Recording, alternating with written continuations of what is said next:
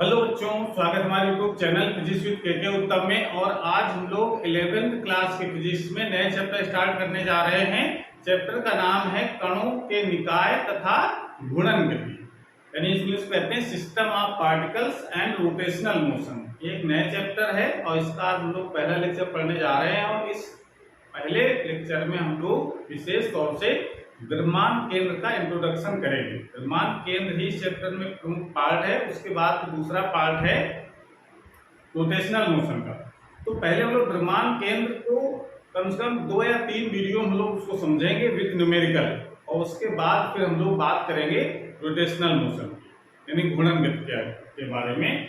तो द्रव्यमान केंद्र क्या होता है, इसको समझने के लिए पहले इससे रिलेटेड कुछ शब्दावलियां हैं, उसको हमको जानना है। जैसे कण क्या होता है, कणों का निकाय क्या होता है, दृढ़ पिंड क्या होता है, ये पहले हम लोग जान लेते हैं। उसके बाद फिर हम लोग बात करेंगे द्रव्यमान केंद्र की। ठीक है, तो इसे कण का मतलब क्या होता है, जैसे बार बार हम यूज करेंगे यहाँ पर वर्ड कण यानी पार्टिकल्स। तो इसका मतलब क्या है कि एक ऐसी वस्तु जिसका आकार नगण्य हो उसको हम लोग कण कहते हैं। जैसे इलेक्ट्रॉन, प्रोटॉन, न्यूट्रॉन, ये सब क्या है, ये कण है। और कणों का एक समूह हो जाए जिसमें बहुत सारे कण हो, जैसे कोई किसी भी आकार की कोई वस्तु, जैसे कोई प्लेट है, तो प्लेट क्या है, छोटे छोटे कणों से मिलकर के बनी है, तो उसको हम लोग क्या कहेंगे, कणों का एक निकाय। तो निकाय शब्द जब यूज करते हैं, कणों के निकाय की जब बात करते हैं, तो हम लोग एक ग्रुप ऑफ पार्टिकल्स की बात करते हैं, यानी पार्टिकलों यानी कणों के समूह को हम लोग क्या कहते हैं, कणों का निकाय। ठीक है, तो कणों का निकाय एग्जाम्पल, आप कोई भी दृढ़ पिंड की बात करें, यानी कोई भी पिंड की बात करें या कोई वस्तु की बात करें, वो एक कणों का निकाय कहलाएगा। जैसे लट्टू है, पंखा है, मेज है, कुर्सी है, कोई भी वस्तु वो कणों का निकाय होगी। दूसरी बात आती है, ये रिजिड बॉडी क्या होता है, दृढ़ पिंड क्या होता है। चूंकि हम लोग बात कर रहे हैं द्रव्यमान केंद्र की, तो उसमें रिजिड बॉडी का महत्व है। रिजिड बॉडी का मतलब क्या होता है, तो रिजिड बॉडी का मतलब होता है कि अगर किसी वस्तु पर या किसी भी कणों के निकाय पर, वस्तु कणों का निकाय होगा, चाहे वस्तु का चाहे कणों का निकाय हो, एक ही बात है। तो किसी भी कणों के निकाय पर अगर कोई बाह्य बल लगाएं और बल लगाने से उनके कणों के बीच कोई विस्थापन ना हो, तो ऐसी वस्तु या कणों के निकाय को हम लोग कहते हैं दृढ़ पिंड कहा जाता है। एग्जाम्पल आप देख सकते हैं, हमारे पास यहाँ तो मार्कर है, इस पर अगर हम बाहर से बल लगाएं, इधर से लगाएं या इधर से लगाएं, तो उसके आकार में कोई चेंज नहीं आएगा, यानी उसके जो पार्टिकल्स हैं जहां कहीं वो वहीं पर बने हुए हैं। इस कारण से इस मार्कर को हम लोग दृढ़ पिंड कह सकते हैं। कोई पत्थर का टुकड़ा ले लीजिए, लोहे का टुकड़ा ले लीजिए, उस पर बल लगाए तो उसके आकार में कोई चेंज नहीं आएगा। आकार चेंज आने का मतलब उसके कणों के बीच कोई विस्थापन नहीं होगा वायु बल लगाने से। तो ऐसी वस्तु को हम लोग दृढ़ पिंड कहेंगे। जैसे हम लोग ये बात करते हैं, हमारे पास एक कपड़ा है, ये उसको अगर हम ऐसे लिए हैं और उस पर हम बल लगाएं तो ये इस तरीके का हो जाएगा। बाहर से बल लगाएं तो इस समझ जाता है। तो इसका मतलब है कि इसको हम लोग दृढ़ पिंड नहीं कहेंगे, क्योंकि इसमें कणों के बीच विस्थापन हो रहा है। अभी दूर कण थे किनारे वाले, बल लगा दिया, एकदम पास आ गए, तो इसका मतलब इसको हम लोग दृढ़ पिंड नहीं कह सकते हैं। तो दृढ़ पिंड का मतलब होगा जिस पर बाह्य बल लगाया जाए और उनके कणों के बीच कोई विस्थापन ना हो, ऐसी वस्तु को हम दृढ़ पिंड कहते हैं। ठीक है, तो इतनी बात थी, ये मतलब उससे रिलेटेड जो टर्म थे। अब हम बात करेंगे सेंटर ऑफ मास की। द्रव्यमान केंद्र क्या होता है, तो द्रव्यमान केंद्र बहुत महत्वपूर्ण टॉपिक है, इसको जरा ध्यान से समझना है। द्रव्यमान केंद्र का मतलब होता है, देखो पहले इसकी फीलिंग हम लोग ला दें, उसके बाद परिभाषा तो लिखी हुई है। और ये जो चैप्टर हमारा है, इस चैप्टर में जो पढ़ने जा रहे हैं द्रव्यमान केंद्र, उसमें आज ही इसका टॉपिक खत्म नहीं हो पाएगा। इसको हम लोग कम से कम 2 या 3 लेक्चर में हम लोग इस द्रव्यमान केंद्र को खत्म करेंगे न्यूमेरिकल के साथ। एग्जाम न्यूमेरिकल ही पूछे जाते हैं, तो न्यूमेरिकल कैसे करते हैं, कौन से फॉर्मूले यूज करेंगे, वो सब कुछ हम लोग जानेंगे। ठीक है, तो द्रव्यमान केंद्र का मतलब क्या है, पहले जरा समझो। उसकी फीलिंग आ जाए। पहले द्रव्यमान का मतलब क्या होता है, जैसे अगर हम बात करते एग्जाम्पल लेते हैं, एक मतलब पहिया है और उस पहिए को अगर हम किसी सड़क पर लुढ़का दें ऐसे, एक पहिया है उसको हमने क्या किया, उसको इस तरीके से गति करा दी तो ये लुढ़कना शुरू कर देगा ये, ठीक है ना। इस तरीके से यहाँ आगे बढ़ता जाएगा। तो आप जरा यहाँ पर ध्यान से ये देखो कि क्या ये जो पहिया है उसके का प्रत्येक कण का जो वेग है क्या समान है या एक ही तरफ सब चल रहे हैं। जैसे ये कण है इसके, अगर इसको लुढ़का देते हैं तो ये देखो ये इस तरफ लुढ़केगा चलेगा और साथ में इस तरफ भी चलेगा। ये वाला जो कण है वो इस तरफ भी चलेगा और आगे भी बढ़ेगा, ये वाला कण है वो इस तरफ भी चलेगा और आगे भी बढ़ेगा। इस तरीके से हर कण का जो वेग है वो अलग अलग है, ठीक है ना। इस कारण से अगर किसी पर्टिकुलर कण के वेग के अध्ययन की बात करना हो तो काफी कठिन हो जाता है, ठीक है ना। उसके पथ की बात करना हो, इस कण का पथ कैसा होगा, तो बहुत कठिन काम है। उसके लिए हम ये कल्पना कर सकते हैं कि ऐसा एक पार्टिकल देखो कि जो एक सरल रेखा में चल रहा हो। जैसे इसका ये वाला जो पॉइंट है ये बिल्कुल एकदम सीधी रेखा में चलता हुआ दिखाई पड़ता है। तो ऐसे बिंदु को हम लोग कहते हैं द्रव्यमान केंद्र। द्रव्यमान केंद्र मतलब होता है कि अगर कोई वस्तु गति कर रही हो तो वो गति बहुत उस केंद्र की जो उस पार्ट यानी उस केंद्र की जो गति होती है बहुत सरल होती है। सिंपली भाषा में कह सकते हैं द्रव्यमान केंद्र के जो पथ होता है वो सरल होता है, उसकी गति भी सरल होती है। तो ऐसे बिंदु को हम द्रव्यमान केंद्र कहते हैं। द्रव्यमान केंद्र किस वस्तु पर कहाँ होगा वो डिपेंड करता है उस वस्तु की आकृति पर। अभी हम उसकी चर्चा भी करेंगे कि किस आकृति का द्रव्यमान केंद्र कहाँ होगा। तो द्रव्यमान के देखिए बात समझ आ गई है कि किसी पर्टिकुलर कण की बात करेंगे तो उसका जो वेग है या उसका पथ है वो काफी जटिल है, लेकिन जो द्रव्यमान केंद्र का जो पथ है या वेग है बहुत सरल है। तो किसी भी पथ का अध्ययन करना हो या किसी वस्तु के कण के वेग का अध्ययन करना हो तो उस कण का अध्ययन करने के स्थान पर पहले हम लोग द्रव्यमान केंद्र की गति या उसके पथ का अध्ययन करेंगे। तो उसके रिस्पेक्ट में हम उस कण के पथ या गति की बात करते हैं। तो जो कॉम्प्लिकेशन है उसके मोशन में वो आसान हो जाता है। तो इस कारण से द्रव्यमान केंद्र को पढ़ना बहुत जरूरी है। परिभाषा तो बहुत आसान है लेकिन इसको जरा समझना है। तो परिभाषा तो लिख सकते हैं कि किसी निकाय अथवा पिंड का द्रव्यमान केंद्र वह बिंदु है, मतलब किसी भी पिंड की बात करें या कणों के निकाय की बात करें, वो उस बिंदु को परिभाषित करता है जिस पर ये माना जाता है कि उस पिंड या निकाय का समस्त द्रव्यमान उसी बिंदु पर इकट्ठा है। है कि ऐसा माना जाता है कि जो पूरा जो पिंड है, मान लो कोई प्लेट में बात कर रहे हैं कि कोई पहिया था, ये पिंड समस्त द्रव्यमान है तो सब जगह ऐसे ऐसे बैठा हुआ है। लेकिन जब हम बात करेंगे द्रव्यमान केंद्र की तो ये माना जाएगा कि इसका जो समस्त द्रव्यमान है 2 किलोग्राम का, 2 किलोग्राम कहाँ है उसके द्रव्यमान केंद्र पर। और अगर इसको चलाने के लिए अगर वाह्य बल लगाया जाता है तो वो जो लगाया गया जो बल है वो उसी बिंदु पर लगा हुआ मानते हैं कि इसी बिंदु पर लगा हुआ है, किस बिंदु पर, द्रव्यमान केंद्र पर। तो ये पॉइंट है कि जिस बिंदु पर द्रव्यमान केंद्र इकट्ठा हो, द्रव्यमान केंद्र को केंद्रित माना जाए या उस पर अगर वाह्य बल लगाया जाए तो वो उसी बिंदु पर लगा हुआ प्रतीत हो, ठीक है ना, क्योंकि काल्पनिक पॉइंट होता है ये।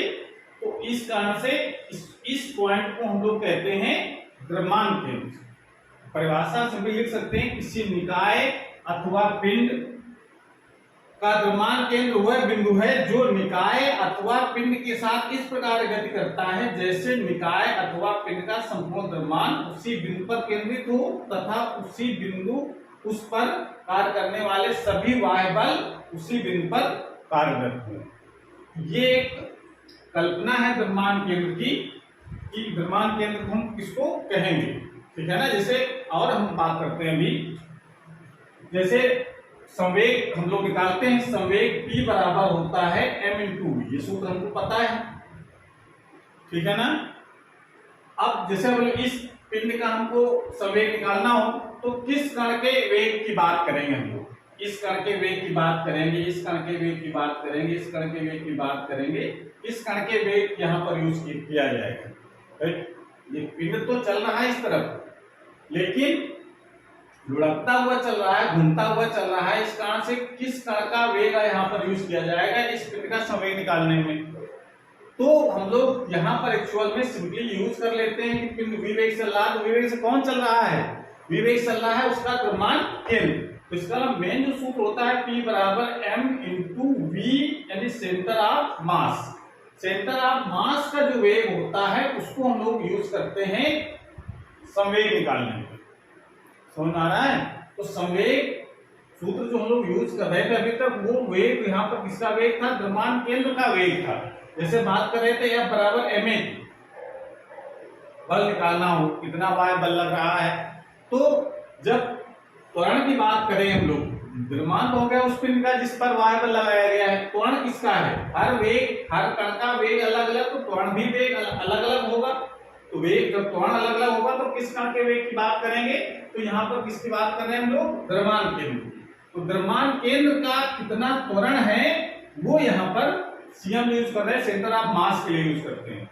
ठीक है ना, तो ये इसका त्वरण की बात करेंगे हम लोग, सेंटर ऑफ मास है, द्रव्यमान केंद्र के त्वरण का अगर मल्टीप्लाई द्रव्यमान साथ कर देते हैं तो उस पर लगने वाला बल ज्ञात हो जाता है। तो ये है द्रव्यमान केंद्र। तो द्रव्यमान केंद्र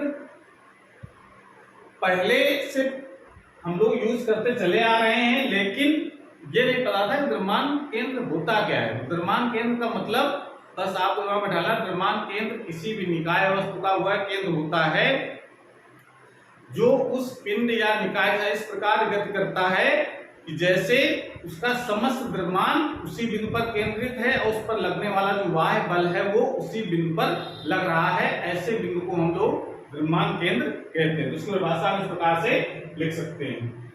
समझ में आ गया? अब द्रव्यमान केंद्र कैसे ज्ञात करते हैं किसी भी पर्टिकुलर आकृति का, ये भी हम लोग बात करेंगे। तो पहले इसका जरा कुछ फार्मूले हैं आसान आसान, पहले वो लोग निकाल लेते हैं। तो ये इसकी परिभाषा नोट कर लीजिए द्रव्यमान केंद्र की, और उसके बाद पहले बात करेंगे हम लोग अलग अलग कणों से बने निकाय के द्रव्यमान केंद्र की, उसके बाद फिर सतत द्रव्यमान की बात करेंगे। तो पहले हम लोग आज केवल अलग अलग कणों से बने जो निकाय हैं, जैसे मान लेते हैं कि दो कणों से मिलकर कोई निकाय बना है, बात करेंगे पहले दो कणों से बने निकाय के द्रव्यमान केंद्र की दो कणों से जो बना निकाय है उसकी स्थिति क्या होगी। तो जैसे मान लेते हैं पहले तो एक्स अक्ष और वाई अक्ष को मानेंगे, ये मान लेते हैं हमारा एक मूल बिंदु है, एक्स अक्ष हो गया, ये वाई अक्ष हो गया। एक कण हमारे पास है, ये इसका द्रव्यमान है m1, जिसकी मूल बिंदु के सापेक्ष जो स्थिति है वो मान लेते हैं r1। ये क्या है, उसकी स्थित वेक्टर है, पोजीशन वेक्टर। कहां पर, हमारा m1 द्रव्यमान का पिंड है। एक दूसरा पिंड बात करेंगे हम लोग m2, दो कणों से बना हुआ एक निकाय हो गया, जिसकी मूल बिंदु के सापेक्ष स्थिति कितनी है, r2 है। ये इसकी क्या कहलाती है, स्थित सदिश है। r1 r2 क्या है, पोजीशन वेक्टर है, हिंदी में कहते हैं उसको स्थित सदिश। दो कणों से मिलकर के बने एक निकाय हो गया। तो अब बताना है इसका द्रव्यमान केंद्र कहाँ होगा, द्रव्यमान केंद्र कहाँ होगा।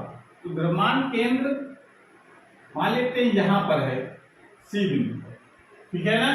तो द्रव्यमान केंद्र कैसे निकाला जाएगा, उसकी स्थिति क्या होगी मूल बिंदु के सापेक्ष, वो हमको ज्ञात करना है, यानी RCM ज्ञात करेंगे, सेंटर ऑफ मास की स्थिति कहां पर होगी। इसके फार्मूला आपको ध्यान रखना है, दो कणों से बना हुआ अगर कोई निकाय उसका द्रव्यमान केंद्र कहां होगा, उसकी पोजीशन वेक्टर आपको लिखना है RCM equal to m1 r1 plus m2 r2। ये उसकी पोजीशन वेक्टर है, m1 m2 क्या है, उसके द्रव्यमान है, और अपान में रहेगा m1 प्लस। ये फार्मूला आपको ध्यान रखना है अगर दो कणों से मिलकर के बना हुआ कोई निकाय है तो। और समझ में आ गया। यानी इस तरीके से दो कण हैं M1 M2, तीन कण हैं तो प्लस M3 R3, उसकी तीसरी पोजीशन क्या है उसकी R3। ऐसे बहुत सारे कणों से मिलकर कोई निकाय हो सकता है। तो अभी दो कणों से मिलकर के बना निकाय देखेंगे, उसके बाद फिर n कणों से बना हुआ निकाय की हम लोग बात कर लेंगे। तो उसमें n कणों से मिलकर बना हुआ निकाय, चाहे वो 3 कण हो, चाहे 5 कण हो, चाहे 10 हो, चाहे 100 हो, कोई भी कण होंगे वो सबके लागू हो जाए। तो ये तो हो गया जब उसकी पोजीशन वेक्टर दिया हो, पोजीशन वेक्टर दिया हो कि मूल बिंदु के सापेक्ष उसकी क्या स्थिति है, तो उसके लिए फार्मूला हम यूज कर लेंगे ये वाला। लेकिन कभी कभी न्यूमेरिकल करते समय ये पोजीशन वेक्टर ना दे करके उसके निर्देशांक दे देते हैं। जैसे ये M1 द्रव्यमान का पिंड है, उसके निर्देशांक अगर दे दिए जाए, इसके निर्देशांक क्या है x1 y1 और इसके निर्देशांक है x2 y2। अगर z कोऑर्डिनेट की बात करें, z कोऑर्डिनेट भी अगर इसमें शामिल है तो यानी z अक्ष शामिल अगर है, मतलब z अक्ष भी है तो z अक्ष है तो इसका मतलब इसमें z1 और z2 भी रहेगी कोऑर्डिनेट में, ठीक है। इस तरीके से अगर पोजीशन वेक्टर के स्थान पर उसके निर्देशांक दिए गए हैं तब इसके निर्देशांक क्या होंगे, यानी सेंटर ऑफ मास के निर्देशांक क्या होंगे, तो वो निर्देशांक हम मान लेंगे एक्सियम, YCM और ZCM। तो एक्सियम का मान कितना होगा ये आपको ध्यान रखना है। सेम इस तरीके से axiom centre of mass equal to लिख सकते हैं M1x1 plus M2x2 plus M3। अब दो कणों के निकाय की बात हो रही है तो अब 3 वाला जो पॉइंट ही नहीं, इसमें M1x1 प्लस M2x2 अपान M1 प्लस, ठीक है। 3 कण होते हैं तो x3 वाला पार्ट भी आ जाता है इसमें। और YCM कितना होगा M1, सेम इस तरीके से M1 y1 plus M2 y2 अपान M1 प्लस ये लिख सकते हैं, ठीक है। और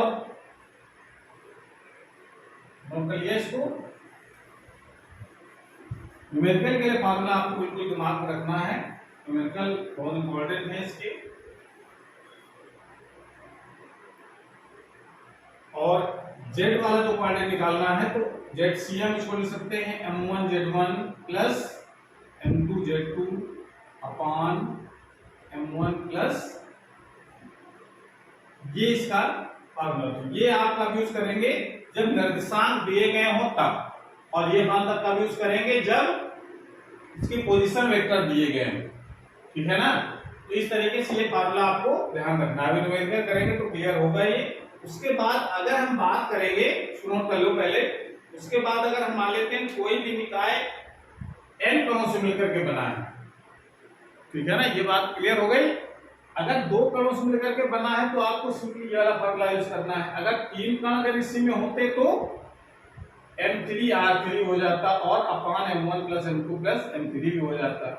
ऐसे यहाँ पर भी x3 वाला पार्ट आता, M2 M3 आता, x3 आता। ऐसे सब में इसमें M3 Y3 आता, इसमें M3 और Z3 आता। तो अगर 3 का है तो 4 होते तो 4। इस तरीके से हम यूज कर सकते हैं, नोट कर लीजिए फार्मूला। और अगर हम बात करें कोई भी निकाय n कणों से मिलकर के बना है, अब n का एक जनरल फार्मूला हो जाएगा, इसे कहते हैं n कणों से बने निकाय के द्रव्यमान केंद्र की स्थिति क्या होगी। तो तब हम लोग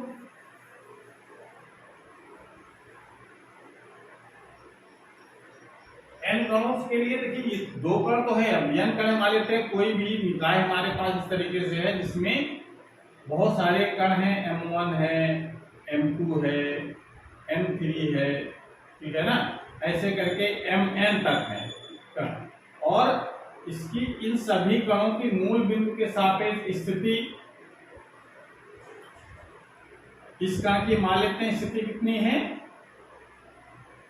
R1, इस कण की स्थिति क्या है R2, इस कण की स्थिति क्या है R3, इस कण की स्थिति क्या है Rn, और इसका सेंटर ऑफ मान लेते हैं यहां पर है C पर, तो इसकी स्थिति क्या होगी ये ज्ञात करना है। तो इसकी स्थिति मान लेते हैं हम लोग RCM।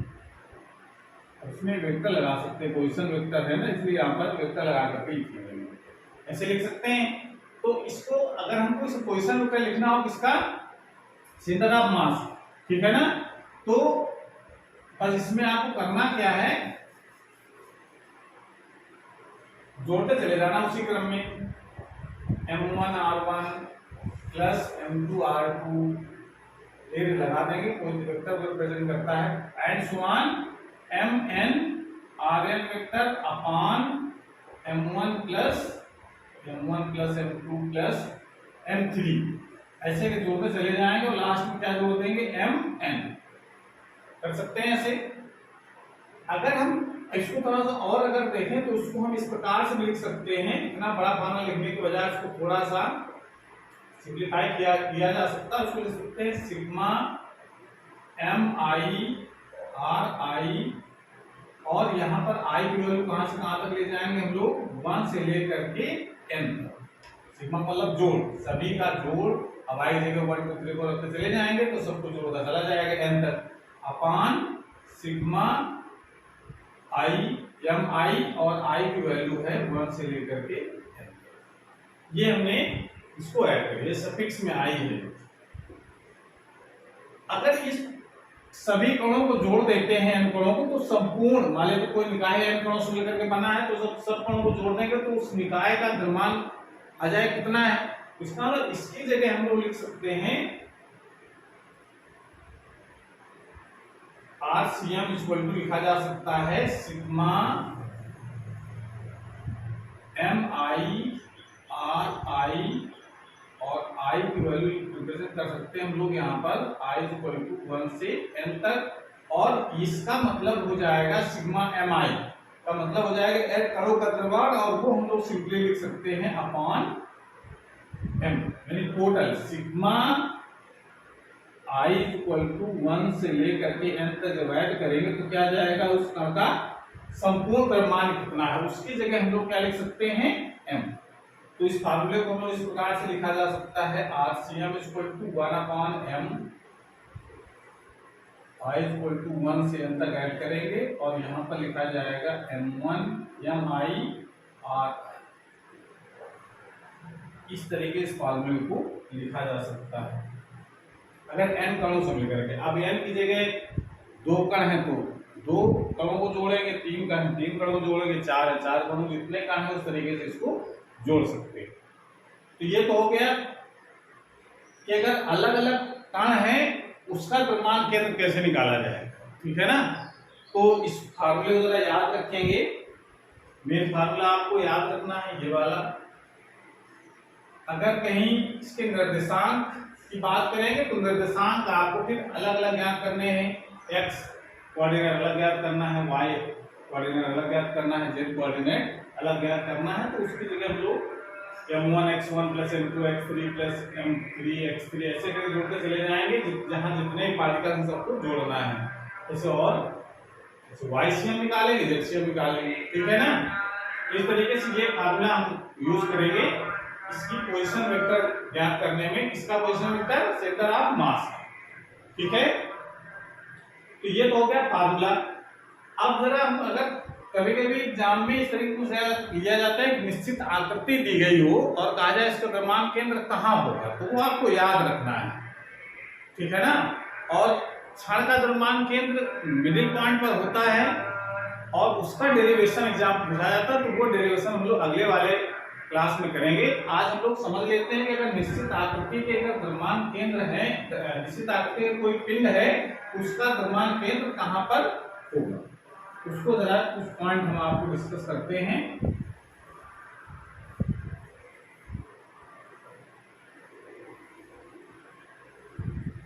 तो दृढ़ पिंडों के द्रव्यमान केंद्र कहाँ होते हैं, जरा इसकी जरा बात करें। दृढ़ पिंडों के द्रव्यमान केंद्र, जो पिंडों के द्रव्यमान केंद्र कहाँ पर होंगे, इससे पहले बात करते हैं हम लोग क्षण। कोई भी एक क्षण है, एक समान क्षण कह सकते हैं।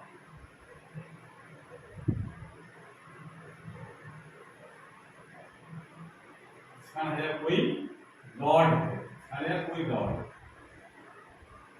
तो इसका द्रव्यमान केंद्र कहां पर होगा? तो ये होगा क्षण के मध्य बिंदु। मतलब अगर कोई भी एक क्षण है, कोई भी रॉड है, एक समान मोटाई की है, तो इसका जो द्रव्यमान केंद्र होगा वो कहां पर होता है? उसके मिडिल पॉइंट पर। ये उसका सेंटर ऑफ मास होगा सी। यानी पूरी अगर लंबाई अगर एल है तो सेंटर मास जो होता है वो एकदम l/2 डिस्टेंस पर रहेगा। ये अगर एक समान क्षण की अगर बात करेंगे तो द्रव्यमान केंद्र का होगा बिल्कुल एकदम सेंटर पर होता है। दूसरे अगर आकृति की बात करें, जैसे कहा जाए कि कोई आयताकार या वर्गाकार का कोई पटल है, तो उसका द्रव्यमान जो केंद्र होता है, ये द्रव्यमान केंद्र की स्थिति लिख रहे हैं। द्रव्यमान केंद्र की स्थिति जो होती है वो विकर्णों के कटान बिंदु पर। विकर्ण के कटान बिंदु मतलब कोई भी, चाहे वो वर्गाकार हो चाहे आयताकार पटल हो, अगर इनके विकर्ण मिलाए जाए आपस में दोनों विकर्ण, तो इनके जो कटान बिंदु होता है वो कहलाता है इसका सेंटर ऑफ मास। समझ गए? जैसे अगर बात करते हैं हम लोग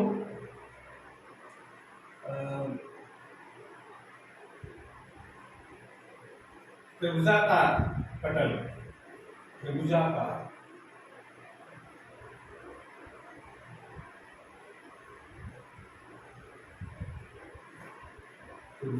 पटल, त्रिभुजाकार पटल ये होता है, जो स्थिति होती है द्रव्यमान केंद्र की होती है माध्यिकाओं के कटान बिंदु।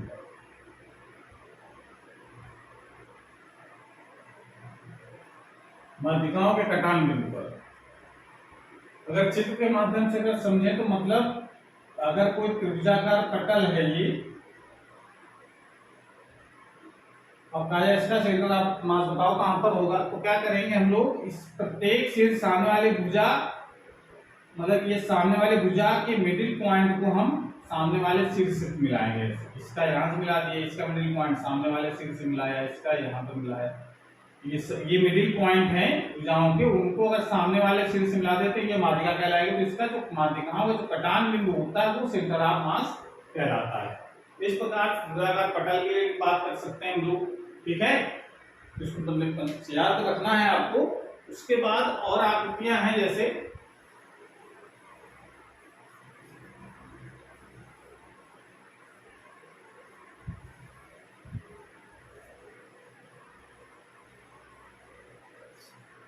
जैसे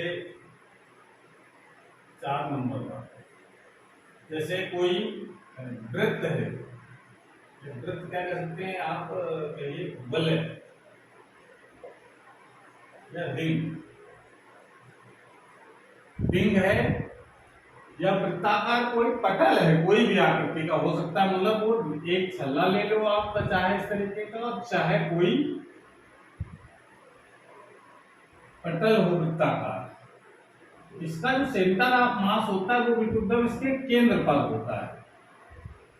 यह वलय हो या पटल हो कोई, ठीक है ना, वृत्ताकार कोई पटल हो उसके सेंटर पर, या कोई गोला है, ठोस गोला हो या खोखला गोला हो, ठोस या खोखला गोला, यानी कोई भी ठोस या खोखला का गोला है तो उसका जो सेंटर ऑफ मास होगा वो इसके सेंटर पर ही होता है, ठीक है ना, गोलाकार ठोस का सेट। और बात करते हैं हम लोग जैसे करता है बेलन की, ठोस या खोखला, कोई भी बेलन हो सकता है।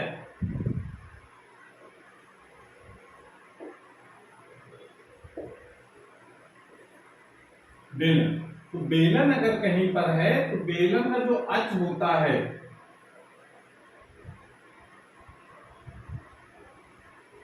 अक्ष तो मिडिल पॉइंट होता है इसे, यहाँ जो अक्ष का जो मध्य बिंदु होता है वो सेंटर ऑफ मास कहलाता है,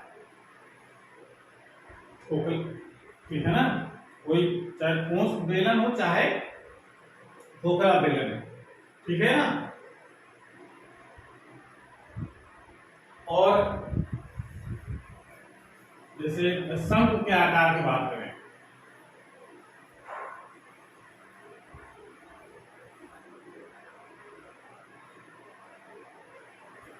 शंख की कोण अगर है तो कोण की आकृति तो पता है किस तरीके होती है, एक कोण गोल टोपी इस तरीके से।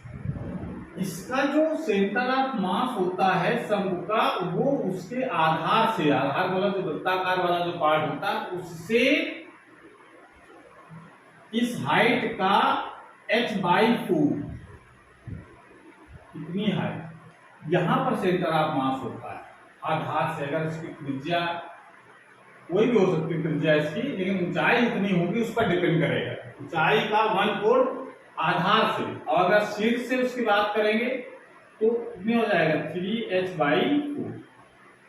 अगर हम शीर्ष से पूछे कितनी ऊंचाई पर होगा तो 3h/4, और आधार से बात करेंगे तो h/4 ऊंचाई पर होता है। ये इसका सेंटर ऑफ मास हो गया।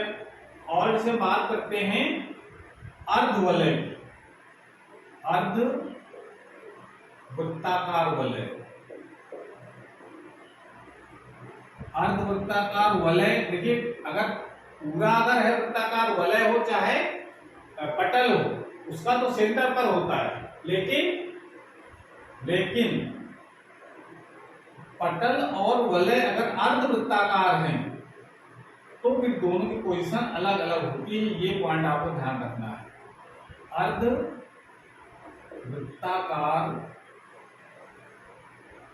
पटल की अगर बात करें तो इसका जो होता है कि वलय अगर बात करेंगे तो वलय का मतलब क्या हो गया, एक तार को इस तरीके से आप आधे वृत्त के रूप में मोड़ दो ऐसे, ये इसका सेंटर कहलाएगा, इसकी त्रिज्या है r। तो इसका जो आधार से इसकी जो ऊंचाई होती है सेंटर ऑफ मास की, वो होती है यहां से यहां तक की जो ऊंचाई होती है वो होती है 2r/π, ठीक है ना, 2r/π इतनी होती है इसके आधार से, यानी जो सेंटर है उसका, उससे इस ऊंचाई पर जब सी लिख रहे हो सेंटर ऑफ मास को डिपेंड कर रहा है, तो 2r/π इतनी ऊंचाई पर होता है। अगर ये हम बात करेंगे पटल की, यानी इस तरीके कोई पटल बना हुआ है, यानी एक प्लेट है जो अर्धवृत्त के रूप में काटी गई है, ये पूरी प्लेट है। और फिर इसमें अगर कहा जाए कि अब बताओ इसका कहां पर होगा, तो इसका जो इसके आधा, इसका भी अर्धवृत्त है तो इसका इसकी त्रिज्या भी r होगी, लेकिन इसका जो सेंटर ऑफ मास होगा वो 2r/π पर नहीं होगा। इसकी ऊंचाई जो अलग होती है उसका मान होता है 4r/3π, ये इसकी हाइट 4r/3π। ये अर्ध वृत्ताकार पटल की बात कर रहे हैं, समझ आ रहा है, इसको नोट कर लो। ये आपको ध्यान रखना है, न्यूमेरिकल के लिए तो जरूरत पड़ेगी, साथ में एग्जाम पूछ भी दिया जाता है अर्ध वृत्ताकार वलय का द्रव्यमान केंद्र कहाँ होगा या अर्ध वृत्ताकार पटल का द्रव्यमान केंद्र कहाँ होता है, ठीक है, सो नोट कर लो। बना लो पहले, उसके बाद ही बात।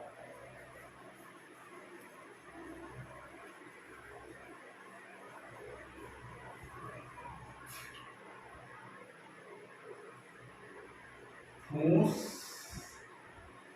अर्धगोला।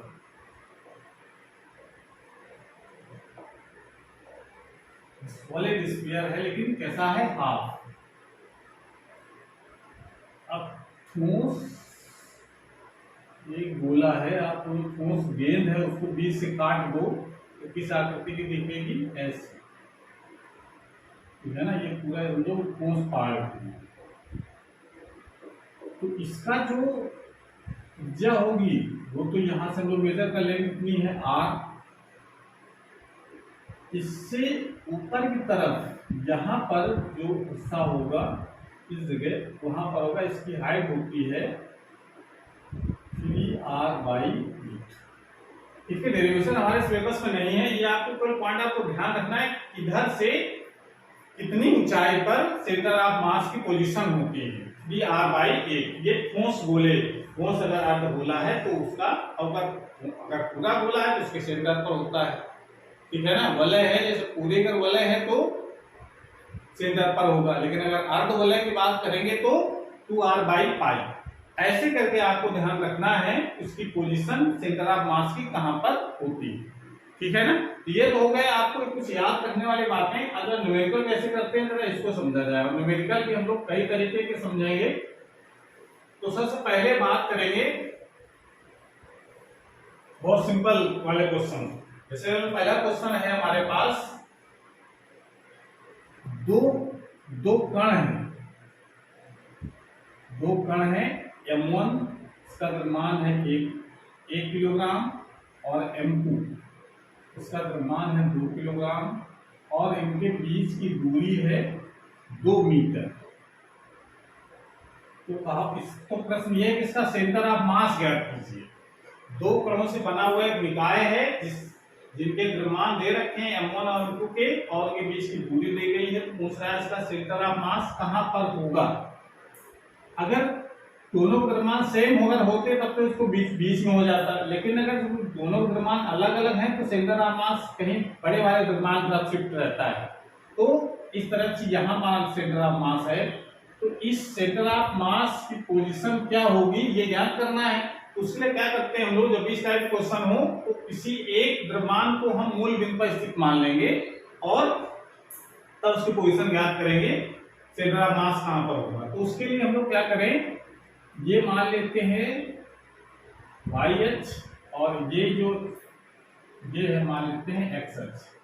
तो इसके निर्देशांक क्या होगा, इसको मूल बिंदु अगर मान लिया जाए तो उसके निर्देशांक क्या हो जाएंगे, 0, 0, और ये चूंकि x अक्ष पर स्थित है, y कोऑर्डिनेट तो अक्ष का 0 हो जाएगा, और x अक्ष में इसका कोऑर्डिनेट क्या होगा, 2 मीटर दूरी पर 2, 0 कोऑर्डिनेट निकाले लेंगे। तो इस तरीके से ये हमारे x1 y1 हो गए, ये हो गए x2 y2, m1 इतना m2 इतना।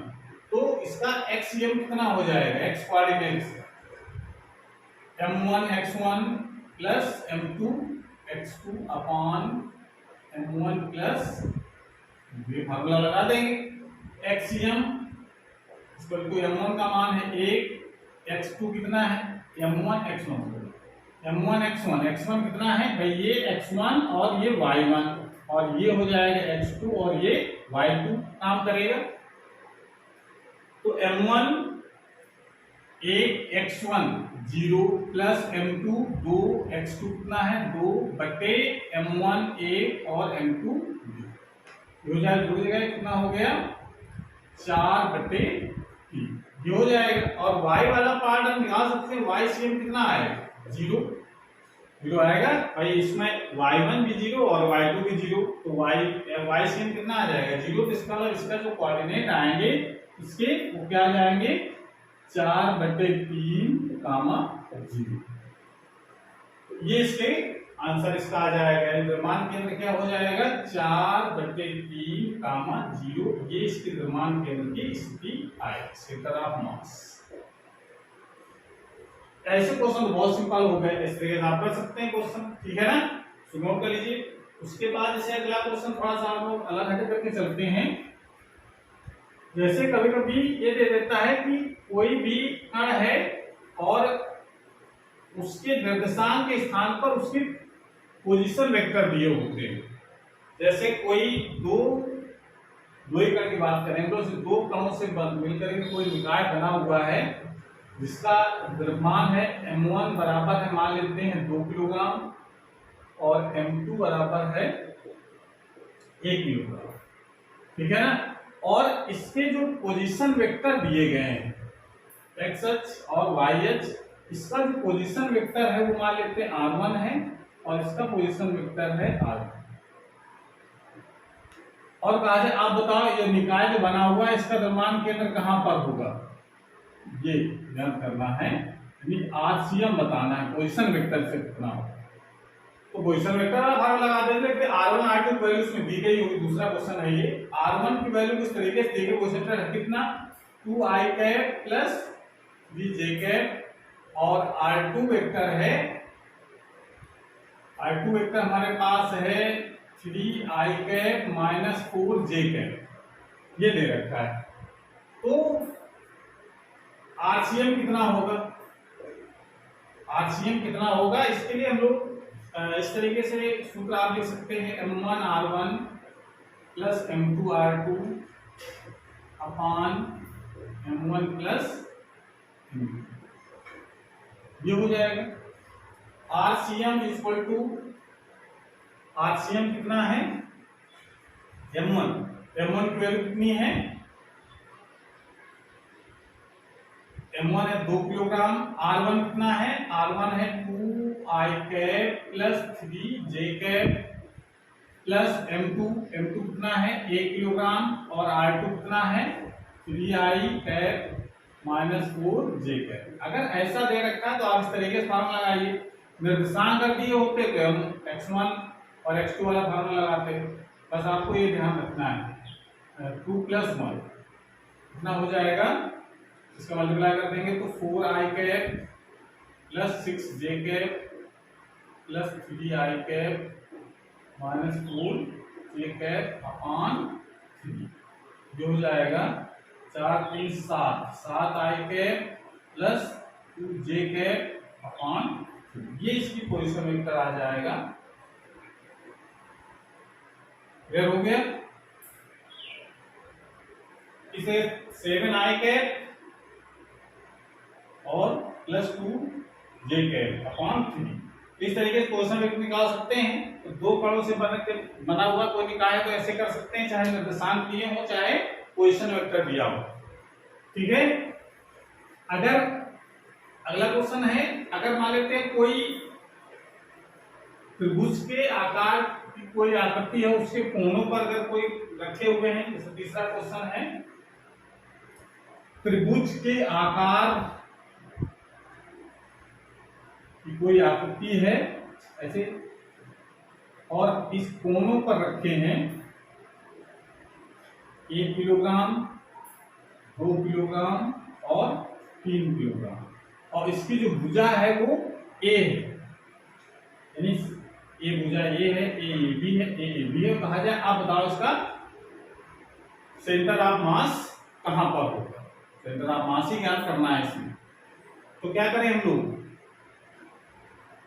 इसका तरीका ये रहेगा, किसी एक शीर्ष को आप मूल बिंदु मान करके बाकी शीर्षों के निर्देशांक ज्ञात करो, बस बाकी फॉर्मूला लगाना है।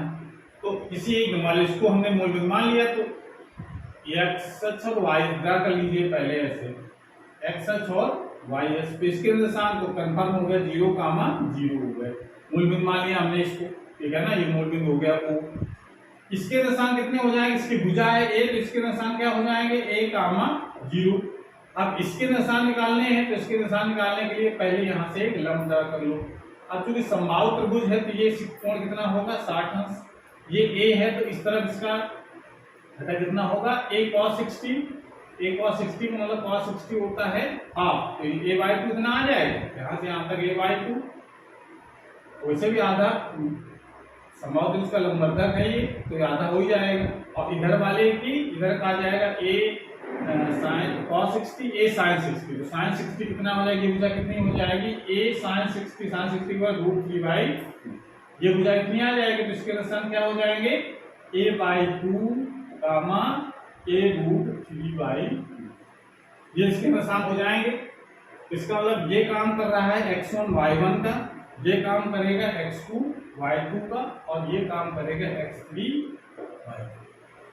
अब इसके निर्देशांक ज्ञात करने, तो इसके निर्देशांक कैसे ज्ञात किए जाएंगे, तो इसका x कोऑर्डिनेट पहले निकालो, यानी एक्सियम फार्मूला लगाएंगे m1x1 प्लस m2x2 प्लस तीन कणों से मिलकर बना हुआ निकाय है तो m3x3 अपान m1 plus m2 plus m3, ये हो जाएगा। तो इसको ट्राई करो, इसमें एक्सियम m1 की वैल्यू कितनी दे रखी है,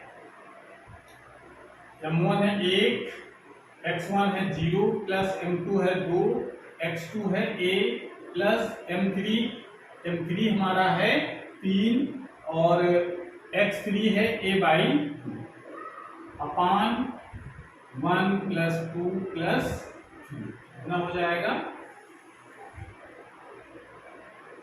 3 3 6 नीचे आ जाएगा और ऊपर आ जाएगा 2a plus 3a by 2 upon 6, 2 2 4 3 7a by 12, कितना हो जाएगा। ये एक्सियम हो गया। इसी प्रकार से वाईसीएम निकाल लो। वाईसीएम निकालेंगे तो वाईसीएम निकालना है तो हो जाएगा m1y1 plus m2y2 plus m3y3 अपान m1 plus m2 plus m3, ये हो जाएगा। इसकी जगह वैल्यू रखो, m1 है 1, y1 है 0, m2 है 2, y2 है 0 प्लस m3 है 3 और y3 है a√3/2 अपान तो 6 हो जाएगा। m1 m2 m3 जोड़ेंगे तो कितना हो जाएगा, 0 हो गया। ये हो जाएगा a√3/12। तो ये इसके सेंटर ऑफ मास क्या हो जाएगा, इसके निशान क्या लिखे जाएंगे 7a/12 और √3a/12, ये लिख सकते हैं ऐसे। क्लियर हो गया। तो इस तरीके से हम 1 मिनट, ये 3 इसका तो छोड़ दिया, ये 3 ये भी तो रहेगा 3a√3/12, a 3 से कट जाएगा 4, इसका मतलब यहाँ पर आएगा ये जो बचा हुआ पार्ट है कितना है 12 है यहाँ पर, है ना, ये जाएगा a√3/2। इस तरीके से ये इसके सेंटर ऑफ मास के निर्देशांक हो जाएंगे। सेंटर ऑफ मास कहीं यहाँ पर होगा जिसका निर्देशांक इस तरह वाला जो पार्ट है वो 7a/12 है और इधर वाला है √3a/, तो इस तरीके से ऐसे क्वेश्चन हम लोग कर सकते हैं, इसमें कोई दिक्कत नहीं है, ठीक है ना। अब वो चाहे त्रिभुज का आकार, वर्गाकार भी पटल हो सकता है, उसके शीर्षों पर रखें तो कोऑर्डिनेट किसी एक शीर्ष को केंद्र मान करके बाकी निर्देशांक निकाल करके आप फार्मूला लगा सकते हैं। तो ये तो बहुत सिंपल क्वेश्चन है, इसको आप करने का अभ्यास करेंगे। थोड़ा अलग हटकर क्वेश्चन हम लोग चलते हैं। जैसे कि किसी पार्ट का किसी भी निकाय का अगर कोई पार्ट निकाल दिया जाए फिर कहा जाए द्रव्यमान केंद्र कहां पर होगा, वो कैसे करना है, या फिर किसी एक को मूव कराया जाए तो द्रव्यमान केंद्र कहां होगा, तो इस तरीके से क्वेश्चन करना है। तो ऐसा अगला क्वेश्चन आप थोड़ा सारा करना है। क्वेश्चन ये हमारा है, जैसे मान लेते हैं कोई एक वृत्ताकार प्लेट है, ऐसे क्वेश्चन ध्यान समझना क्वेश्चन कैसा है। एक वृत्ताकार प्लेट हो गया और वृत्ताकार प्लेट है और उसके इसका सेंटर है O, त्रिज्या इसकी कितनी है R, त्रिज्या इसकी कितनी है R, त्रिज्या इसकी R है। अब कह रहा है कि इसका भाई, अब तो अगर कोई वृत्ताकार अगर कोई प्लेट है तो उसका सेंटर ऑफ मास कहाँ होगा, इसके सेंटर पर। ठीक है ना। अब कह रहा है कि अगर हम इसके इस तरीके से कोई एक वृत्ताकार पटल यहां से काट देते हैं, ऐसे कोई इस तरीके से कोई एक वृत्ताकार एक पहिया यहां से काट करके निकाल दिया जाए और उसको इस तरीके से काटा गया तो वो टच है यहां से, उसके परिध से टच करते हुए काटा गया। और काटना कहीं भी जा सकता है, इस तरीके से काटा है तो कितनी दूरी से काट दिया गया है, वो r/4 त्रिज्या का एक ये काट देते हैं। ये मान लेते इसका सेंटर ऑफ मास इसका यहां पर होगा, ये मान लेते हैं इसको C मान लिया हमने। तो ये कह रहा है कि बताओ जो हमें काट करके उसको अलग कर दिया जाए तो सेंटर ऑफ मास कहां होगा। जब नहीं काटा गया था तो सेंटर ऑफ मास इसका कहां था, O पर था। जब काट करके अलग कर दिया जाए r/4 त्रिज्या का तो सेंटर ऑफ मास कहां पर शिफ्ट हो जाएगा, यानी कहां पर होगा उसकी पोजीशन बतानी है। तो ये क्वेश्चन कैसे करना है उसको जरा समझो। उसको क्वेश्चन करने का तरीका क्या है, सबसे पहले आप संपूर्ण जो पटल है नहीं काटा गया उसका सेंटर ऑफ मास पहले आप पता कर लो कहां है। तो सेंटर ऑफ मास पटल का वृत्ताकार पटल से सेंटर ऑफ मास केंद्र पर होता है, तो उसको हम मूल बिंदु मान करके x अक्ष और y अक्ष पर ड्रा करें। इस तरह ये x अक्ष हो गया, ये y अक्ष हो गया। अब जब काट दिया जाए तो इसका मतलब जहां से काटा जाएगा उसके अपोजिट डायरेक्शन में ये शिफ्ट हो जाएगा इस तरफ, सेंटर ऑफ मास यहां पर हो जाएगा। ये C हमारे सेंटर ऑफ मास नया यहां पर आ गया, O से किसा करके C1 पर पहुंच गया सेंटर ऑफ मास। इसी पोजीशन बतानी है कितनी, उसका करने का तरीका देखो ये है। पहले संपूर्ण द्रव्यमान नहीं पता है इसका, ठीक है ना, द्रव्यमान नहीं पता है तो पहले द्रव्यमान पहले ज्ञात कर लो। तो हम मान लेंगे माना एकांक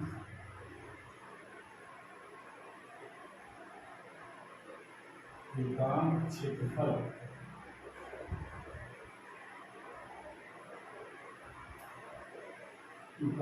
के पटल का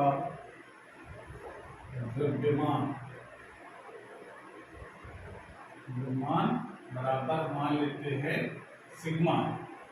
ये मान लिया हमने, पूरा हमको द्रव्यमान नहीं पता कितना है, तो एकांक क्षेत्रफल के पटल का द्रव्यमान हमने मान लिया सिग्मा है। तो पूरा द्रव्यमान कितना हो जाएगा, संपूर्ण द्रव्यमान, संपूर्ण पटल का द्रव्यमान यानी m बराबर कितना हो जाएगा, जब एकांक क्षेत्रफल का इतना है तो पूरा क्षेत्रफल कितना होगा, पटल का त्रिज्या है उसकी r, त्रिज्या जो टोटल है वो किसके बराबर है, r के बराबर है।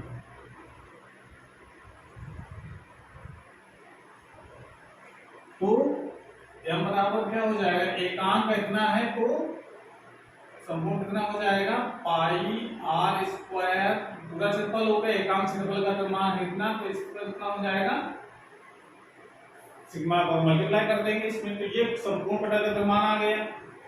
कटे हुए पटल का द्रव्यमान कितना हो जाएगा, कटे हुए भाग का द्रव्यमान, ये मान लेते m डैश। अब जो कटा हुआ द्रव्यमान उसका क्षेत्रफल निकाल लो, एकांक क्षेत्रफल का द्रव्यमान हमने मान रखा है, तो उसका क्षेत्रफल कितना होगा, त्रिज्या है r/4, तो पाई r/4 का मतलब हो गया 16 इंटू सिग्मा। ये बात समझ आ गई है। सिग्मा इक्वल टू क्या लिख सकते हैं, मास अपॉन एरिया। अभी तो एकांक क्षेत्रफल का मतलब कि एकांक क्षेत्रफल के पटल का द्रव्यमान मतलब क्या है, मास अपॉन एरिया। मास करूँ क्या, सिग्मा इनटू ए की वैल्यू अगर पूरा है तो पूरा ए, पार्ट है तो उसका पार्ट का एरिया कितना है वो यहाँ पर लिख दिया हमने। तो ये m1 और m डैश निकाल लिया, यानी संपूर्ण पटल का द्रव्यमान कितना है m और कटे हुए भाग का द्रव्यमान कितना है m डैश। अब यहाँ पर जो पूरा संपूर्ण द्रव्यमान था वो कहां पर केंद्रित माना जाता है परिभाषा के अनुसार उसके सेंटर पर। ये इसका m जो है पूरा यहाँ पे इकट्ठा माना जाएगा यहाँ, और इसका जो कटा हुआ भाग का जो द्रव्यमान है वो माना जाएगा वो उसके सेंटर ऑफ मास पर। उसका सेंटर ऑफ मास यहाँ है तो यहाँ पर कितना होगा m डैश, ठीक है ना। तो अब यानी 2 पॉइंट हो गए। अब ये मान लो 2 कणों से बन करके एक निकाय हो गया, लेकिन अगर ये निकाय हटाया ना जाता तब तो फार्मूला लगा देते वही वाला। तो फार्मूला क्या होता है, HCl जो निकालने का तरीका है तो क्या फार्मूला है, m1x1 प्लस m2 x2 अपान m1 प्लस m2, ये कर देते। लेकिन पार्ट जब हटाया जाए तो हाँ ध्यान रखना वो महत्वपूर्ण पॉइंट है, अगर पार्ट काट करके हटाया जाता है तो हटाए वाले द्रव्यमान को हम ऋणात्मक लेते हैं। बस इतनी बात आपको ध्यान रखना है, यानी हटाए गए पार्ट को क्या लेंगे, ऋणात्मक। फार्मूला क्या बनेगा, इस फार्मूले को अगर हम चेंज करना चाहें तो पूरा पार्ट कितना है m, और हटाया गया पार्ट क्या माना हमने m डैश, लेकिन किसमें लेंगे ऋणात्मक। तो फार्मूला क्या चेंज होकर के आ जाएगा m माइनस m डैश। ये फार्मूला जो पार्ट अगर हटाया जाता है तो आपको क्या करना है, पहले संपूर्ण पार्ट का द्रव्यमान निकाल लेना है, उसका सेंटर ऑफ मास जहां पर होगा उसको मूल बिंदु मान करके x और y खींच लेंगे। जो पार्ट हटाया जाएगा उसका सेंटर ऑफ मास कहां पर होगा उसके निर्देशांक निकाल लेंगे क्या होंगे, और उसका द्रव्यमान भी निकाल लेंगे। द्रव्यमान किसमें लेंगे, ऋण चिन्ह के साथ लिया जाएगा जब काट करके निकाला जाएगा।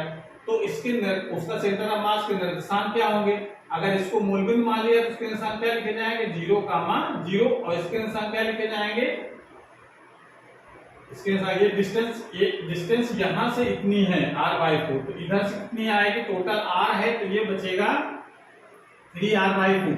इसके निर्देशांक लिखे जाएंगे 3r/4, 3। ये इसके निर्देशांक हो गए। इसका मतलब ये काम करेगा x1 y1 का और ये काम करेगा x2 y2। क्लियर हो गया। बस आपको ऋण चिन्ह के साथ द्रव्यमान रखना, बाकी वैल्यू आपको उस तरीके से यूज करनी है। तो वैल्यू रखो इसमें m का मान कितना है पाई r square sigma into x1 कितना है 0 into 0 plus minus m dash पाई r square upon 12 plus 16 into sigma into x2 से कितना है 3r/4 न हो जाएगा,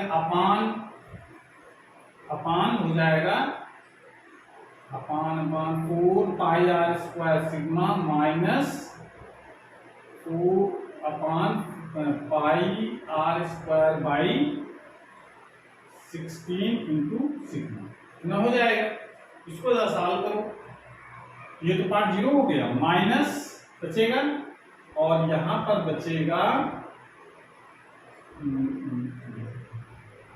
बच रहा है यहां पर पाई r cube sigma pi r cube sigma 3 बचेगा अपॉन 16 चौको 64, ये बच गया। और नीचे यहां पर क्या बच रहा है 16 में 1 चला गया 15। तो ये जो पार्ट है इसको ऊपर हम लोग लिख सकते हैं, ये तो 16 तो ऊपर चला जाएगा और नीचे बचेगा 15 पाई r स्क्वायर सिग्मा, ये बचेगा। इसको जरा इसको सॉल्व कर लो, पाई से पाई कट जाएगा, r स्क्वायर इसकी घात खत्म हो जाएगी, सिग्मा से सिग्मा कट जाएगा, 16 चौको 64 तिरपट 15 इतना आ जाएगा माइनस r बचेगा r/, यहाँ बचेगा r/, यहाँ होगा बचा कितना हमारे पास माइनस r/20। ये इसका आंसर हो जाएगा, यानी जो इसका जो सेंटर ऑफ मास शिफ्ट हो जाएगा वो इस तरफ शिफ्ट होगा, माइनस चिन्ह बता रहा है मूल बिंदु से इस तरफ, ठीक है ना। तो ये डिस्टेंस जो आएगी वो आ जाएगी r/4। माइनस तो बता रहा है कि मूल बिंदु से ऋण चिन्ह की तरफ रहेगा। इस तरीके से ये कटे हुए पार्ट का हम लोग द्रव्यमान केंद्र ऐसे निकाल लेंगे। क्लियर हो गया? तो कटे हुए पार्ट का द्रव्यमान निकालने का तरीका क्या है? जो द्रव्यमान काट के निकाला जाता है उसको किस में रखना है? ऋणात्मक चिन्ह के साथ रखना है बस, और वह आंसर निकल करके आ जाएगा। ओके, नोट कर लीजिए इसको। उसके बाद एक और क्वेश्चन हम लोग करेंगे, सुनो करो।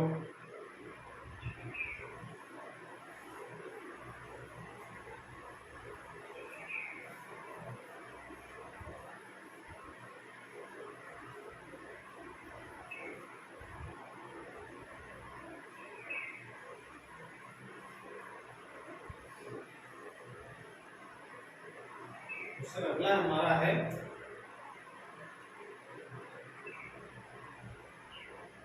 क्वेश्चन नंबर 5वां क्वेश्चन, जो भी क्रम हो।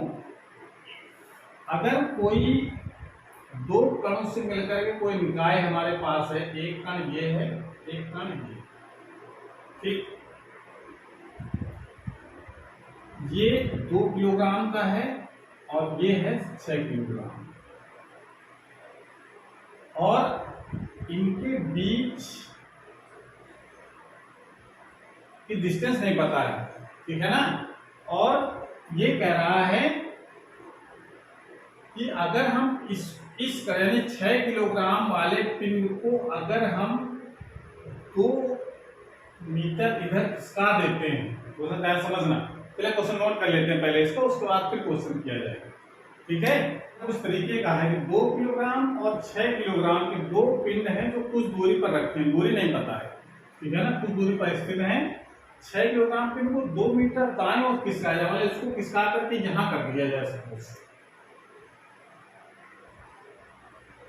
2 मीटर इसको यहां से यहां तक खिसका दिया जाए, तो डिस्टेंस 2 मीटर।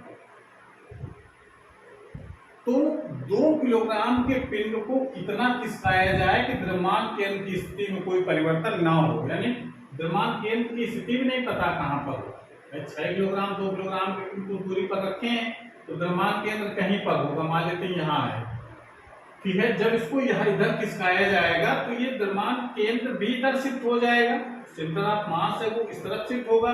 तो कह रहा है कि 2 किलोग्राम को कितना खिसकाएं कि वो यहीं पर बना रहे।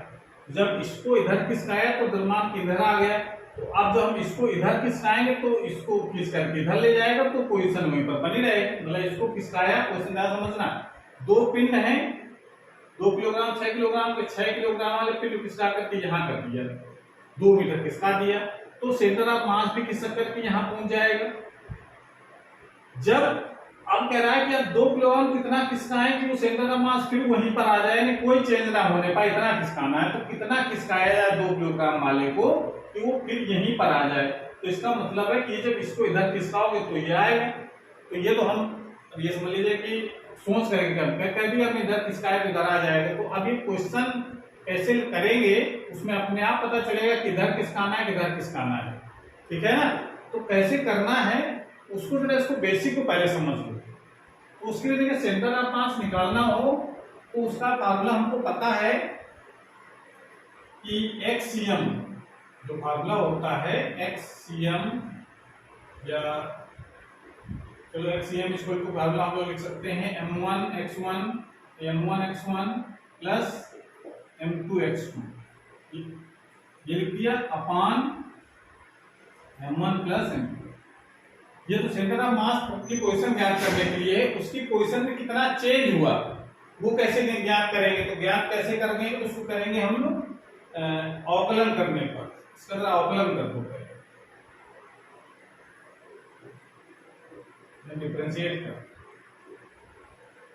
और क्या बन जाएगा, dxcm is equal to m1, ये m1 तो कांस्टेंट है, dx1 प्लस m2 dx2 अपान m1 प्लस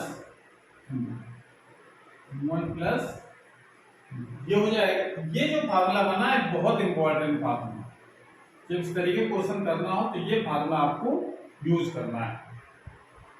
ये dxcm है, मतलब ये बता रहा है कि जो सेंटर ऑफ मास की जो पोजीशन है उसमें कितना चेंज हुआ वो बता रहा है। m1 dx1 का मतलब है कि m1 द्रव्यमान की पोजीशन में कितना चेंज हुआ वो dx1 बता रहा है, m2 द्रव्यमान की पोजीशन में कितना चेंज हुआ वो dx2 बता रहा है। तो ये पोजीशन में चेंज बताता है d लग जाने से। तो इसका मतलब है कि अगर चेंज ना हो इस क्वेश्चन के अनुसार, तो इसका मतलब है कि कोई चेंज ना हो, जहां पर है वहीं रहे, तो इसका मतलब dxcm जो है वो कितना रहेगा, 0। चेंज ना हो इसका मतलब उसकी पोजीशन में कोई चेंज नहीं हो रहा है, तो वो उसको 0 रखेंगे।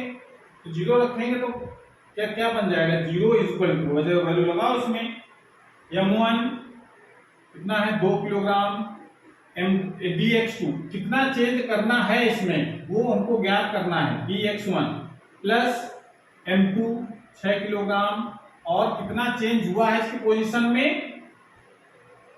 2 मीटर, 2 मीटर चेंज हुआ है। तो dx2 का मान इतना हो गया अपान 2 प्लस 6 ना हो जाएगा।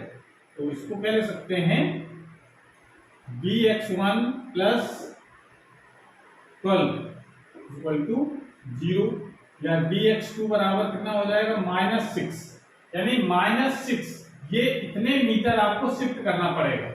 इधर को इस तरफ माइनस के बता रहा है, इसको इस तरफ इधर चलाएंगे तो प्लस और इधर चलाएंगे तो माइनस, तो इसको इस तरफ चलाया जाए, यानी इस तरफ इधर लाना पड़ेगा, इसको विस्तार करके कितना 6 मीटर। इसको 2 मीटर चलाओगे जितना शिफ्ट आएगा द्रव्यमान केंद्र पर, इसको द्रव्यमान कम होने का उसको 6 मीटर लेकर चलाओगे तो इसकी पोजीशन चेंज नहीं आएगा, तो ये इसका आंसर हो जाएगा। बात समझ में आया? तो कुछ किताबों में सीधे सीधे फार्मूला इस तरीके से डिवाइड पोजीशन चेंज नहीं आएगा तो फार्मूला क्या रखें 0, तो आप इसको 0 कर दिया, m1 dx1 plus m2 dx2 अपान m1 प्लस m2। अब इसको अगर सॉल्व करो तो इसको क्या फार्मूला बन जाएगा, m1 dx1 plus m2 dx2 equal to 0। ये डायरेक्ट फार्मूला कुछ लोग कुछ बुकों में डायरेक्ट फार्मूला यूज किया गया है, ठीक है ना। कैसे बना है इसको आप समझ सकते हैं। अगर पोजीशन चेंज नहीं हो रहा है तो आप डायरेक्ट ये फार्मूला यूज कर दो, m1 और dx1 पोजीशन में चेंज कहां पर, इसको मतलब नहीं कितना चेंज हुआ वो है dx1, dx2 दूसरे द्रव्यमान में कितना चेंज हुआ dx2 है। अगर ये फार्मूला लेके तब यूज करेंगे जब उसके सेंटर ऑफ मास में कोई चेंज ना हो रहा हो तब, लेकिन मान लो खुद चेंज हो रहा हो तब ये फार्मूला यूज नहीं हो, तब आप बेसिक में जाओ इस वाले फार्मूले। ये फार्मूला आपको याद रखना है मेन रूप से। जैसे अगर क्वेश्चन थोड़ा चेंज अगर आ जाए तो ये क्वेश्चन में आगे कैसे करना है, तो इसका आंसर आपको 6 मीटर इस तरफ खिसकाना पड़ेगा। ये अगर क्वेश्चन थोड़ा सा घुमा दे, क्वेश्चन यही है, इसको थोड़ा चेंज कर देते हैं। अगर हम मान लेते हैं किसी क्वेश्चन को थोड़ा इस टाइप से कर दिया जाए, 2 किलोग्राम का सगवा में 2 पिन एक दूसरे से कुछ दूर पर स्थित हैं, यदि 6 किलोग्राम पिन को 2 मीटर दाईं ओर खिसकाया जाता है तो खिसकाया क्वेश्चन में 2 किलोग्राम के द्रव्यमान कितना खिसकाया जाए कि द्रव्यमान केंद्र यहां थोड़ा दो इसको, द्रव्यमान केंद्र दाईं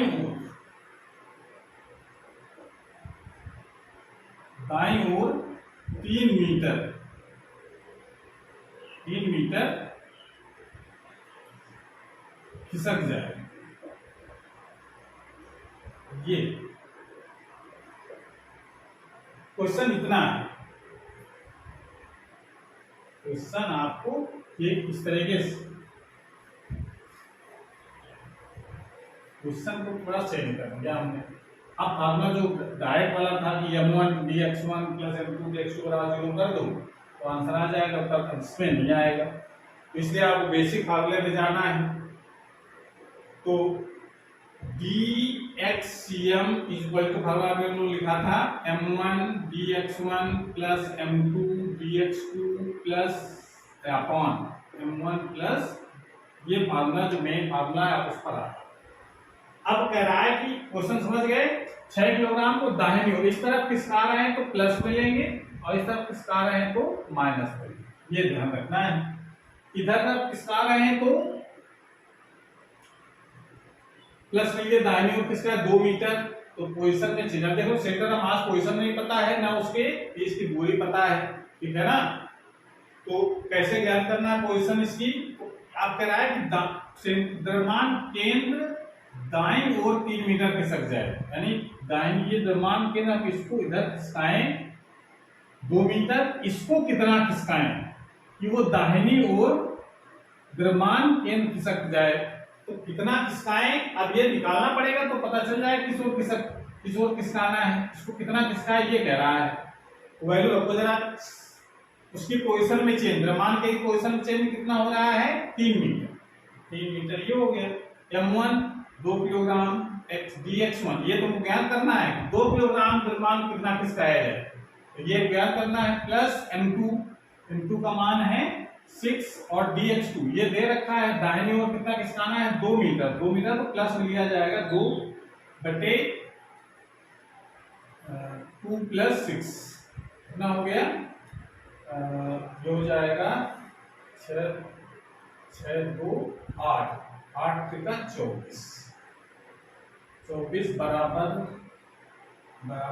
2 dx प्लस 12 ना हो जाएगा, तो ये हो जाएगा, इसको और सॉल्व कर लो, ये हो जाएगा dx1 की वैल्यू कितनी आ जाएगी, तो 12 में माइनस के 6 मीटर आ गया, इसका मतलब है ये माइनस चिन्ह यहाँ पर 6 मीटर प्लस क्या आएगा 12 इधर जाएगा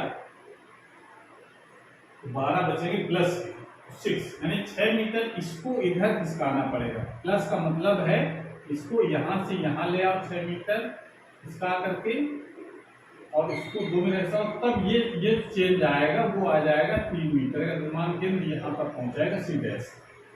इस तरीके से इस क्वेश्चनों को करना है, क्लियर हो गया। तो द्रव्यमान केंद्र के जो बेसिक जो क्वेश्चन थे वो आपको इस तरीके से करने हैं। द्रव्यमान केंद्र अभी खत्म नहीं हुआ है, द्रव्यमान केंद्र अभी और आगे पढ़ना है कि द्रव्यमान केंद्र की गति कैसी होती है, सतत द्रव्यमान केंद्र वाले जो क्षण है उसका द्रव्यमान केंद्र की स्थिति कैसे ज्ञात करेंगे, ये हम लोग अगले आने वाले वीडियो में पढ़ेंगे। तो आज की क्लास हमारे पास समाप्त होती है। अगर ये वीडियो अच्छा लगा हो तो उसको लाइक करें, अपने दोस्तों को शेयर जरूर करें। अगर चैनल अभी तक सब्सक्राइब नहीं किया है तो चैनल को सब्सक्राइब करें, जिससे नई वीडियो अपलोड हो उसकी नोटिफिकेशन आपके पास सबसे पहले पहुंच जाए। ट्राई करते रहिए। Thank you.